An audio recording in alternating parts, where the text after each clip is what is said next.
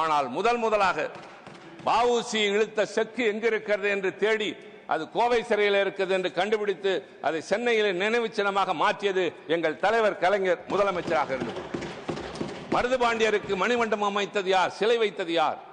நேற்றைக்கு முதலமைச்சர் மு.க. ஸ்டாலின் மதுரையிலே 150 கோடி ரூபாய் செலவிலே வேலுநாச்சியாருடைய பெயரால் ஒரு மேம்பாலம் அமைத்திருக்கிறார்.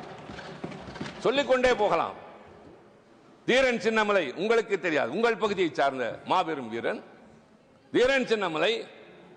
அவன் சிறையிலே கைதாகி இருக்கிற போது பகுதியை சார்ந்தவர் அல்ல, நம்ம பகுதியை சார்ந்தவர், இந்திய தேசத்தை சேர்ந்தவர். நீங்கள் வாழ்ந்த பகுதி, வாழுகின்ற பகுதி, நீங்கள் இந்தியாவுக்கே சொந்தம். எல்லாரும் தான் வாழ்றோம்.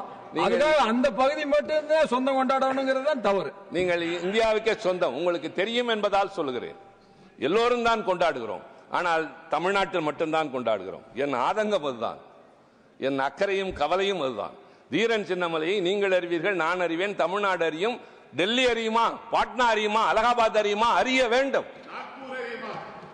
அந்த தீரன் சின்னமலை சிறையில் இருந்த போது அவனுக்கு செருப்பு தைத்து கொடுத்த பொல்லான் என்பவன் அவன் எப்படி தப்பிக்க வேண்டும் என்பதற்கான யோசனையை செருப்புக்குள்ளே வைத்து அவருக்கு அனுப்பி அதன் மூலமாக தீரன் சின்னமலை. நீங்க தப்பான வரலாறு நிறைய சொல்லிட்டு இருக்கீங்க சார்.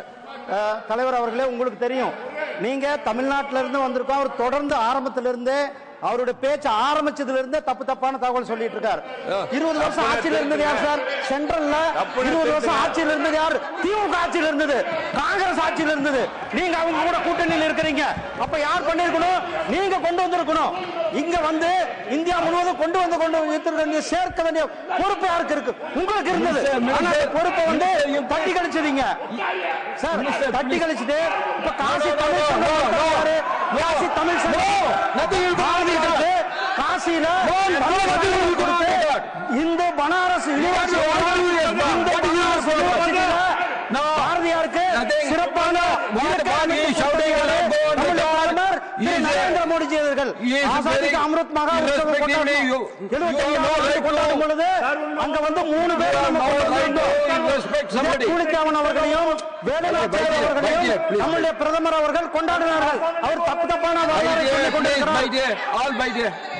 ராணி அப்பாக்காவை பத்தி சொன்னாங்க. ராணி அப்பாக்காவை வந்து 75வது ஆண்டு சுதந்திர ஆண்டுல நாம் கொண்டாடினோம்.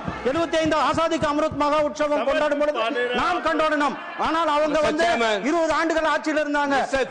காங்கிரஸ் கூட தான் கூட்டணியில் இப்ப இருக்கிறாங்க.